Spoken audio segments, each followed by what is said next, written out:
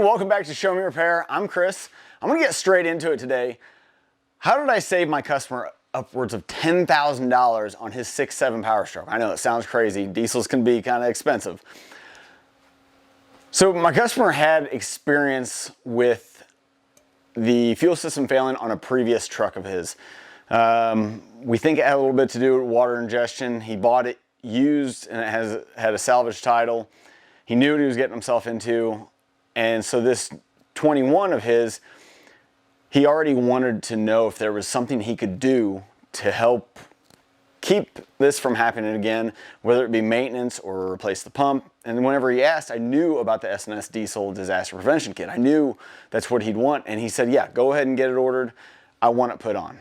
So we're gonna get into showing some of the install of it, but I'll also explain some other stuff on how I save my customer this much money. Also, at the end of this video, I'm gonna tell you how I potentially save my customer even more money with something that costs just $17. Yeah, it sounds unbelievable, but once I tell you about it, you're gonna go, why didn't I think about that? Okay, while we're doing the install here, I'm gonna go over the cost of installing an S&S Diesel Disaster Prevention Kit and how I would do it. Other shops are gonna possibly give you a quote different, but this is roughly around what you're gonna get because there's nothing special that goes along with this. Everything comes in the kit that you need. So I got my prices online. I just went and looked up just like anybody else could. And I found a price at XDP Diesel for $400 and it was free shipping. So great deal. Then now, since I've installed this on several trucks, I have an idea what labor should be, and I'm guessing it should be in the 3 to 6 hour range. Depending on if you have other stuff already on the engine that they have to work around or something like that. But I would just consider an early 2011 to, what is it, 17, I believe it is, 18, somewhere in there, with the plastic upper intake manifold. To me, those are easier to get off. So those probably drop around 3 hours to do. The aluminum upper intake manifold is a little more difficult to me to take off, so it's upwards of 6. And if I have anything else I have to work around, I'm gonna shoot for in the 4.5 range to average out there. At $120 an hour, you're gonna be looking at around $540 in labor. I like to figure in sales tax because everybody hates getting a bill and it's even more than what they were quoted, and all they had to do was figure in tax. So the average sales tax percentage is around 7%. So that's $28 in this. So a total of parts and labor is $968. Now, plus or minus, depending on what shop you go to and what area, it may be higher, maybe lower. That's not a bad price considering what a fuel system can cost. Okay, you just watched me get that intake off, and that intake was a little bit of a pain until I got that shield off. The next step for this will actually be removing this valve right here. This is the volume control valve, and then I need to put the bypass kit in that, which then runs the hose up, and I think that's about it. I'm going to check the directions right now. And this is what comes in the kit. I forgot to show you. So the new kit comes with a filter, the filter base that mounts up. I think I mounted it close to the master cylinder last time. We'll probably do the same. Here is the actual bypass kit to where if you have a failure, the metal gets filtered by this filter and goes back to the tank rather than getting circulated back into the pump. And these lines are for the filter. I just dropped the zip tie and some of the fittings. Okay, it takes a T25, and you'll probably need a long, skinny T25 to get this inner one, because it's this coolant crossover tube sits kind of just over it. Yeah, that's nice and clean. This center right there, if that's got any rust on it, that's a pretty good indication that your fuel system's probably close to going bad. It's just an indication that you've gotten a lot of water in your system. So let me get the other piece and put these together and we'll put it back in. Okay, there's the kit with the volume control valve in it. Now the kit comes with, I'm trying to do this without dropping that valve. The kit comes with the smaller black O-ring and this larger black one that you put in there. Also in the kit's 2 Allen head bolts that you use to put it down with, or bolt it down with. So we're going to do that next. It said to put in the front bolt first. It'll probably be easier to put it all in. I think I agree with that. Okay, it says these Allen heads are 4 millimeters, and that's what they are.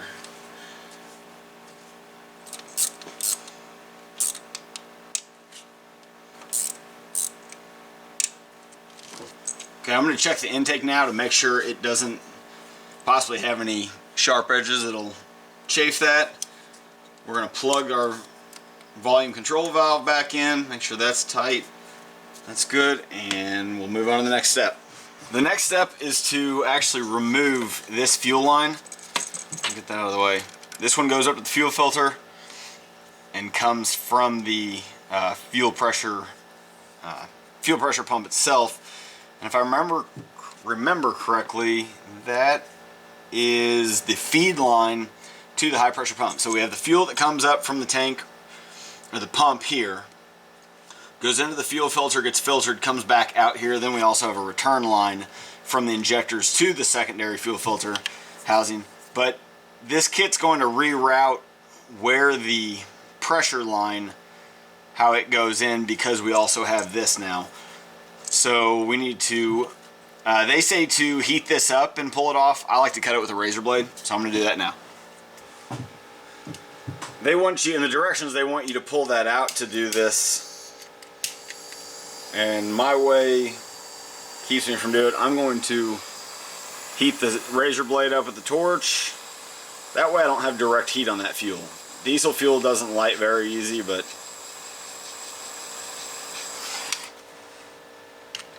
since I'm not taking it out of the truck, I just feel like it's a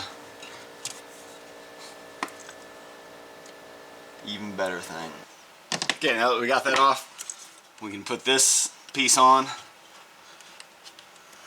They say to slide this on and make sure metal's not touching. So I'm going to go all the way in and then just back it off a hair. Okay. Okay, next step is actually putting the intake manifold back in. I always try to just make sure there's nothing sitting around the intake ports. It's probably not a bad idea if you're not comfortable when you pull the intake manifold off to put holes or put rags in there. Make sure you pull them out. You don't want to have that issue. But I have dropped bolts down there before, and you can fish them out with a magnet. I fished it out with a borescope and a magnet, as long as they're magnetic. But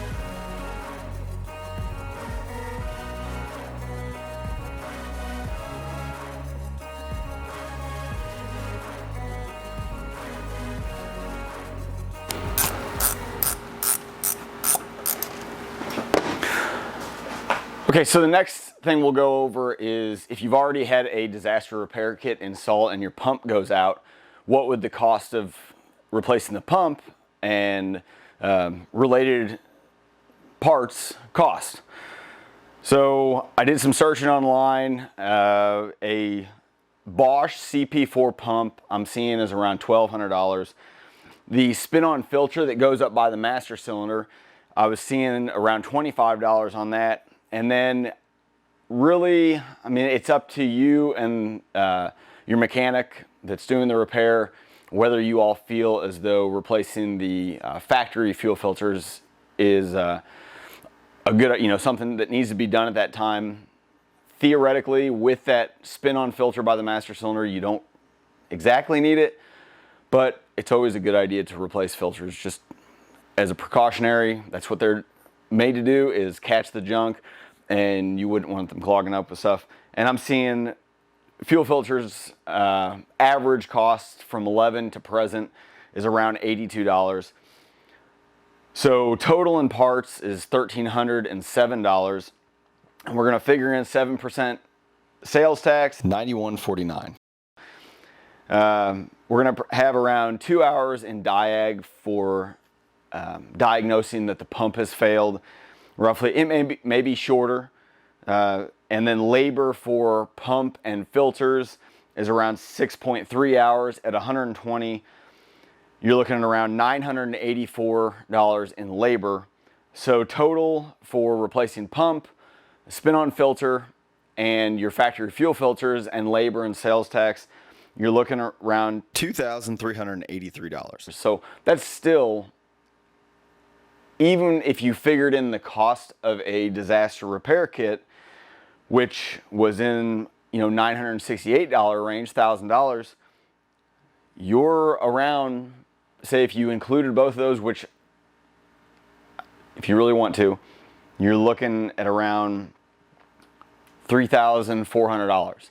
That's still drastically cheaper than a complete fuel system. So I really think this is a great idea to put on any truck, and that way you have that peace of mind of at least if you break down, it's going to be much cheaper and easier to get fixed. Okay, so you guys probably can't get a good look at that, but I'm going to put you back here in a second. If you pop up this here, there's a push pin that I pulled out of right here. Well, there's a hole that goes all the way through, and it actually is a part of the aluminum body underneath there. You can't see it. I can't show it with the camera, but it's there. And so the hardware that comes with this filter base, you can put the bolt through the top and then tighten the nut from the bottom, and eventually it will hold the filter right about here, right there next to the brake fluid reservoir, and then you can route the lines how you need to. And you'll see me route the lines and everything here in a second.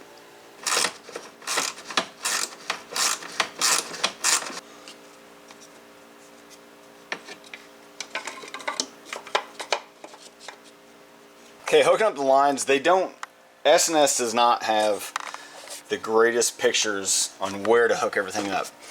So our hose coming from the volume control valve bypass up, we can follow it here, comes up, it tees here. Well, the red one goes down to that fitting that we put on our return fuel line down here. You can see that fitting here, you can see where I put it on. So that goes there. The blue portion goes to the return side of the fuel filter. We don't do anything with the feed side of the fuel filter. The filter base, what they're saying, that this is the return fuel side to the tank, and this is return fuel from the engine. So this line down here, I spun this fitting here so it points the right way. You can just spin it on there, you don't need to heat it up or anything. This is the return right here from the injectors. This line goes on it. Disconnect that line, and we're going to grab our fitting here. We have one with a male and a 90 and a 90 and a larger 90, and this one goes down here, connects there. So that would be return from the engine. So return fuel from the engine goes on the master cylinder side, right here. Let's see if we can get that on there. Okay, there's that one. It's a little tight in there, but I think you could run it that way. Behind, yeah, that fits perfect right there. Then this other one with the male side and the 90 goes up here, and then it runs down to here.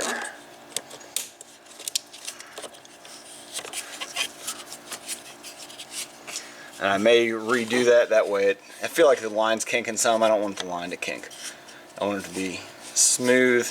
Let me get all this let me get the filter on and the rest of this stuff, and then we'll prime the system and start the engine.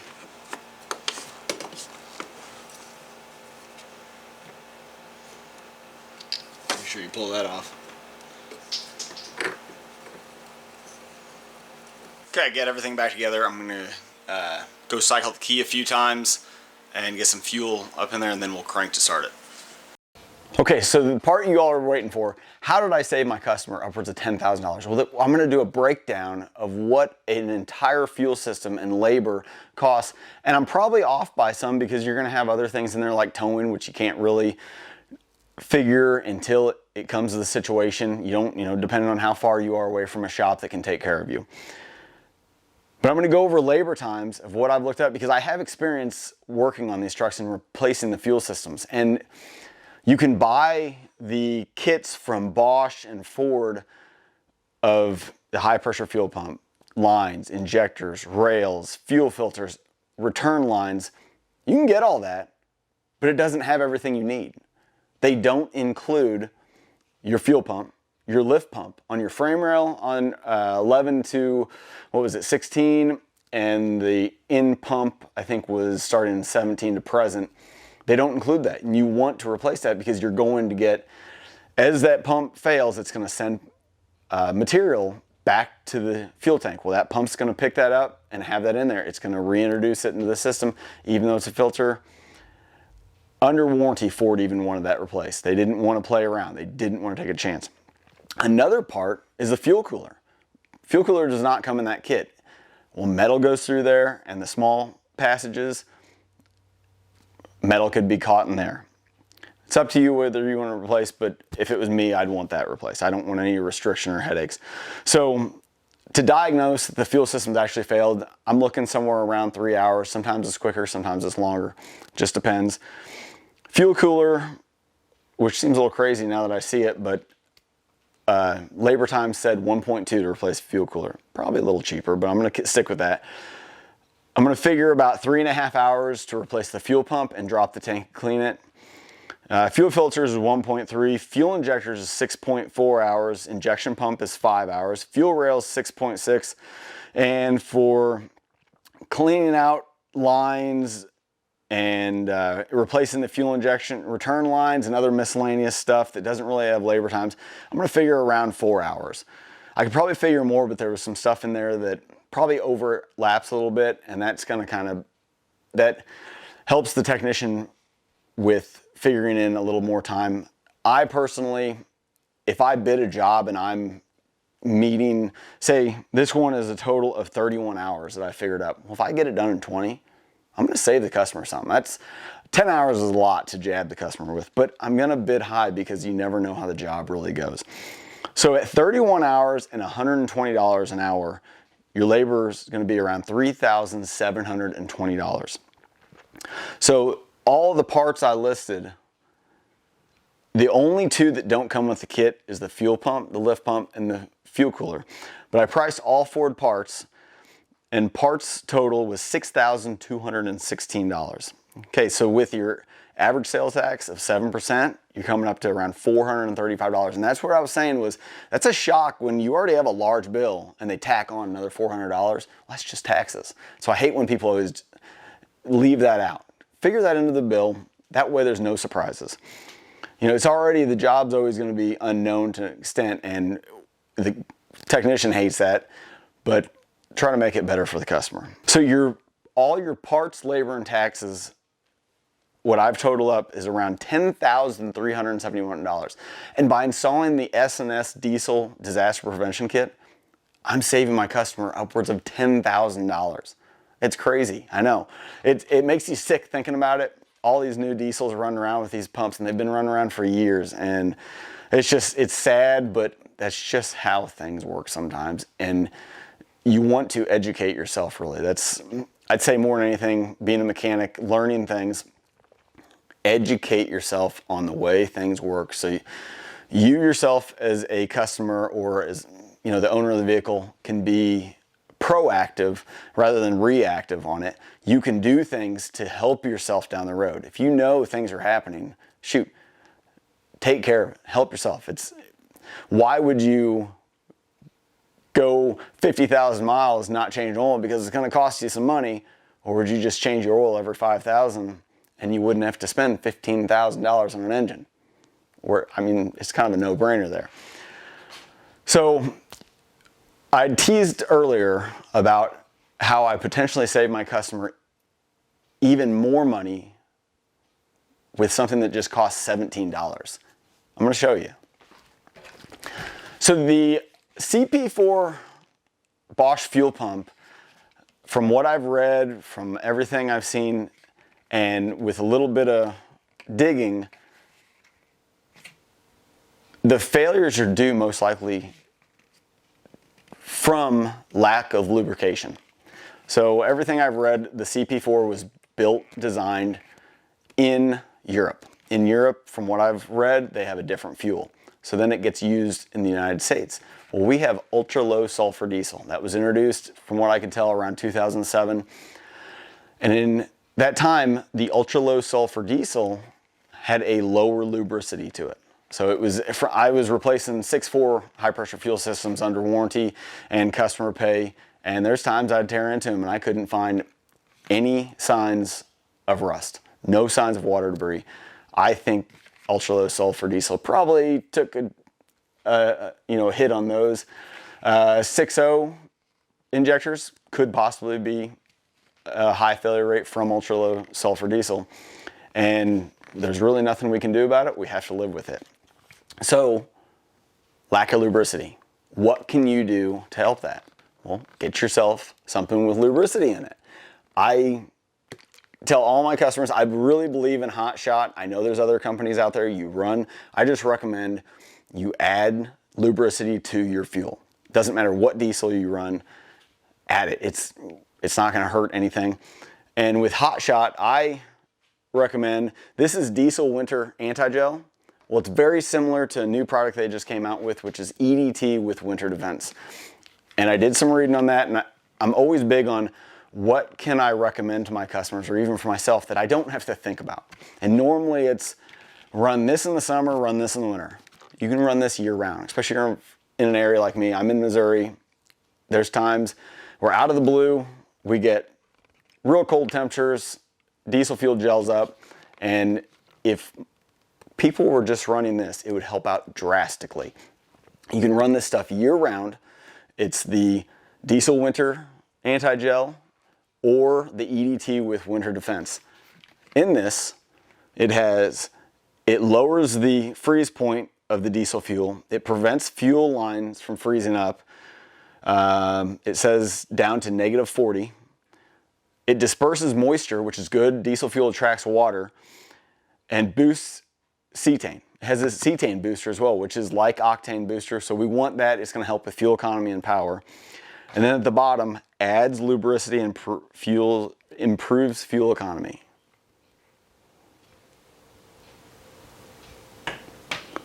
You can see it there at the bottom. Hopefully that's, if not, I'll put something up on the screen. The camera's not wanting to focus. But this is $17 at most places. That's a cheap fix. Cheap. 17 bucks, and you don't even add this all to the tank. Shoot, what's the treatment? 4 ounces treats 31 gallons.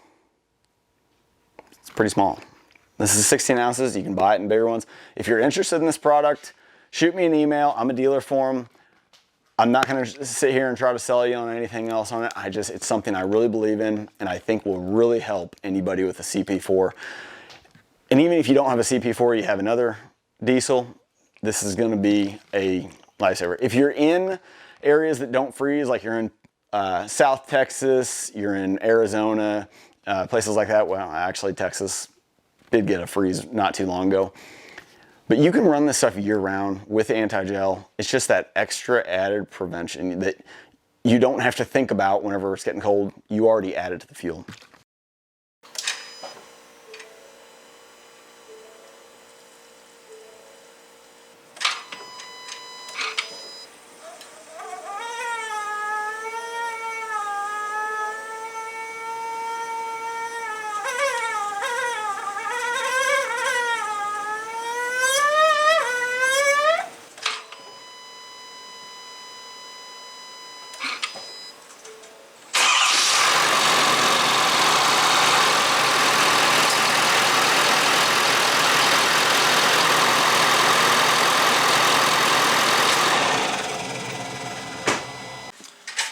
see, I think I cycled the key probably 3 times, just waiting, probably 10 seconds or so. I'm just listening for that pump to run, and you could hear some of the gurgling and high pressure noises that it was making, and that was it bleeding the air out. And then I just fired up and it ran great. So then I looked for some fuel leaks. I looked underneath it primarily just because there's some areas you're not going to really be able to get your eyes on to see if they're leaking. But these things, the amount of fuel that they flow, you're going to know pretty quick if you have a fuel leak. I think what takes the longest is probably pulling the intake manifold off, just going after the block that you put between the volume control valve and the high pressure pump.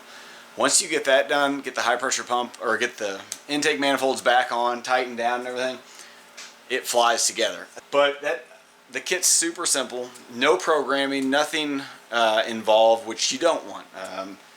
You don't want something like this to have to, you don't need to do anything in the computer to compensate for something, and that's perfect. This kit I think has pretty good reviews. S&S, I believe, is one of the only ones that have this good of a kit. There's other companies out, I think, that offer just the block that goes between the volume control valve and the high pressure pump, but the advantage to S&S's full new kit is if the pump fails, the fluid that normally would lubricate the pump and get recirculated back in then would send metal to all the injectors. Now that then goes back to the fuel filter, and then the new fuel filter that's added, any of the fuel that then gets returned to the tank, because this is a return style fuel system, that filters that fuel, so you don't get the debris in the fuel tank or in the fuel pump. So now all you do is you replace your fuel filters, you replace your high pressure pump, and then that's it. I mean, you don't have near the amount of work. I appreciate you watching this video. I really enjoyed making this one. I had a lot of fun looking up information and trying to find education in things and really good value in this video. I really enjoyed it, and I'm looking forward to making more of them. I appreciate you watching. If you would, consider subscribing. If you like the video, hit the like button. That'd be awesome. I'll see you in the next one. Thanks a lot.